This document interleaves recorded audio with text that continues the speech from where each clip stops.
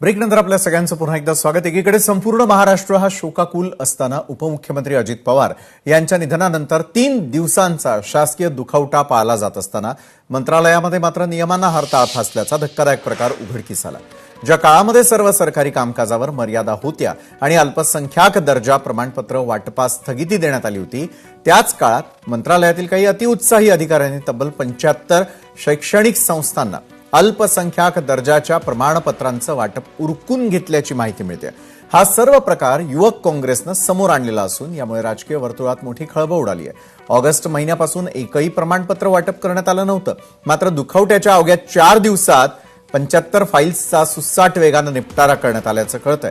तर कोणत्या दिवशी कोणत्या प्रमाणपत्रांचं वाटप करण्यात आलं त्यावर एक नजर टाकूयात. तर 4 दिवसात 75 प्रमाणपत्रांचं वाटप केलं गेलं. 28 जानेवारीला 7 संस्थांना हे प्रमाणपत्र दिलं गेलं. 28 जानेवारीला श्रीमाता कन्यका सेवा संस्था, 28 जानेवारीला सेवादास संस्थांना वाटप करण्यात आलं. यवतमाळच्या 29 ते 30 जानेवारीत मोठ्या शिक्षण संस्थांना देखील हे प्रमाणपत्र वाटप करण्यात आलं. 29 जानेवारीला पोदारच्या 25 शाळांना प्रमाणपत्र दिलं गेलं. सेंट झेवियर्सच्या 5 शाळांना अल्पसंख्याक दर्जा देण्यात आला. स्वामी शांतीप्रकाश देवप्रकाश संस्था अशा मिळून एकूण 4 शाळांना त्या ठिकाणी प्रमाणपत्र देण्यात आलं.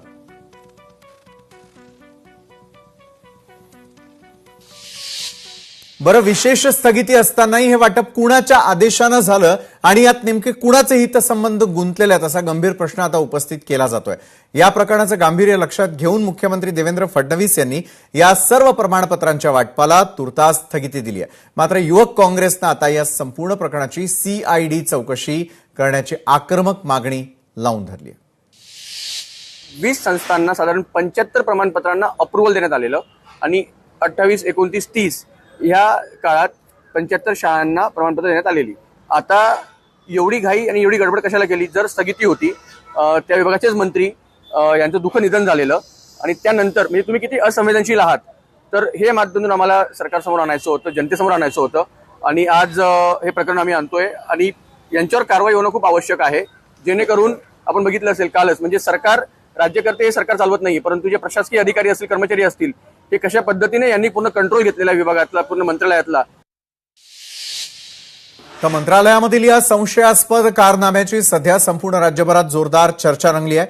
या सर्व प्रकारानंतर रोहित पवार यांनी आपला संताप व्यक्त केला. या संदर्भात त्यांनी एक्स हँडलवर एक पोस्टही केलेली आहे, पाहूयात. रोहित पवार एक्स पोस्टमध्ये लिहितात, सर्वच वंगाळ झालाय, माणसाची काही किंमत आहे की नाही असा थेट सवाल त्यांनी उपस्थित केला. थोड्याफार तर भावना, संवेदना असायला हव्यात की नाहीत हाही सवाल त्यांनी विचारला.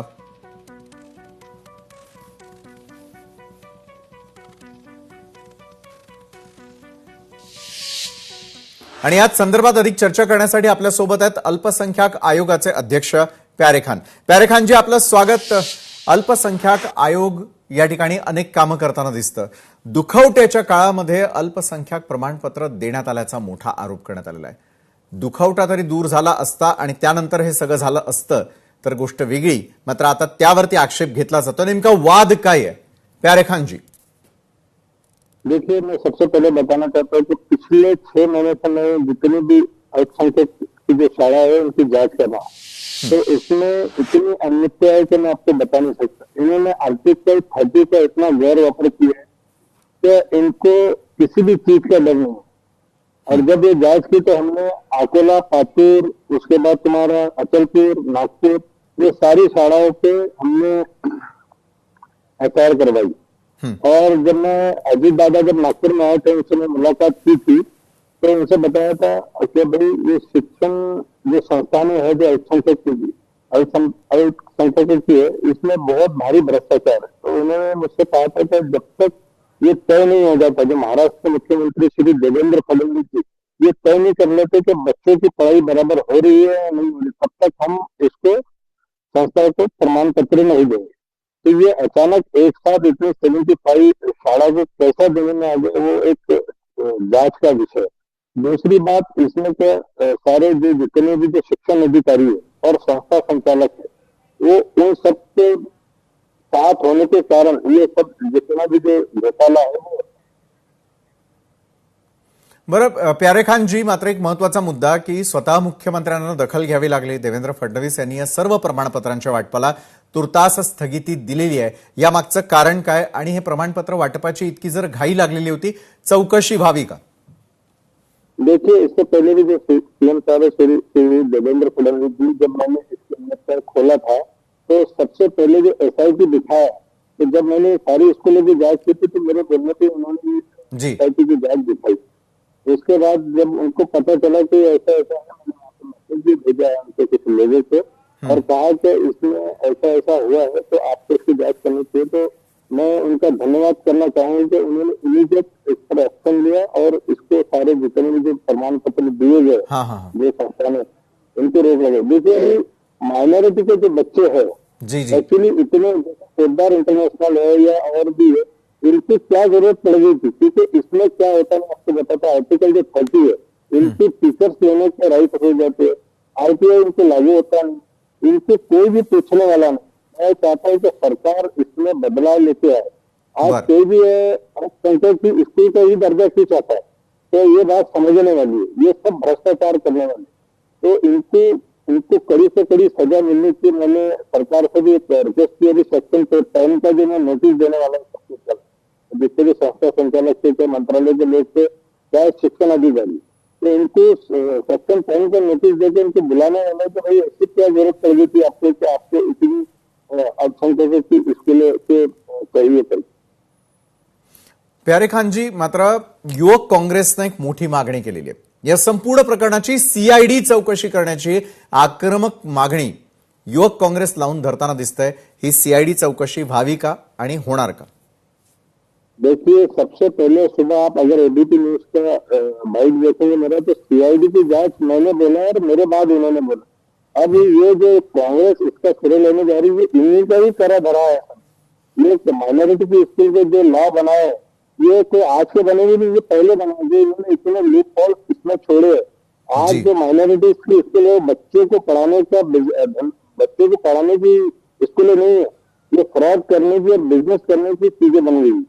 तो माइनॉरिटीज की जो स्कूल है, सरकार से अनुदान लेकर क्योंकि उनको टीचर अपॉइंट करने का अधिकार मिल जाता है, तो एक एक टीचर से 40-40, 50-50 लाख रुपए लेते हैं। जी जी उनकी सैलरी में से 20%, 30% पैसा लेते हैं।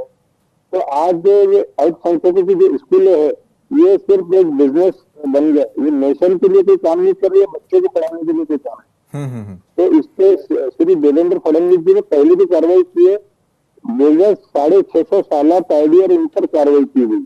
तो सरकार ईमानदारी से काम करे, सरकार सबका साथ, सबका विकास और सबके विश्वास के लिए काम करे। जी जी प्यारे खान जी, हे वाटप नेमकं मात्र त्यावेळेला कुणाच्या आदेशानं झालं? यात नेमके कुणाचे काही हितसंबंध गुंतलेले आहेत का? असे अनेक गंभीर प्रश्न सध्या चर्चिले जातात. यावर काय प्रकाश टाकाल तुम्ही?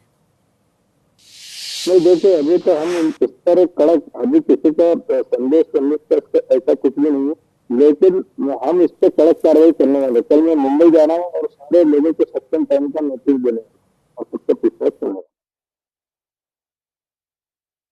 खान जी, जसं घडलं की एकंदरीतच ज्या ज्या संस्थांना ते वाटप करण्यात आलेलं आहे त्यांचा त्याच्यामध्ये काय दोष आहे? हे प्रमाणपत्र आता रद्दबातल ठरणार का किंवा त्यांच्यावरती देखील काही वेगळी कारवाई होणार का, याची उत्सुकता ताणली जाते.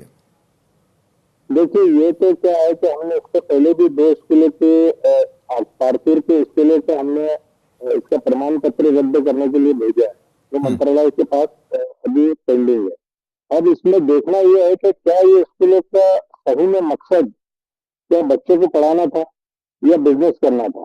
तो इसकी जांच जो है, मैं उनसे रिक्वेस्ट करूंगा कि हमारे एजुकेशन मिनिस्टर और जो सुमित्रा पवार जी, जिनके पास अल्पसंख्यक डिपार्टमेंट है, जी जी उनको इसकी जांच करनी चाहिए और इस पर कड़क कार्रवाई करनी चाहिए।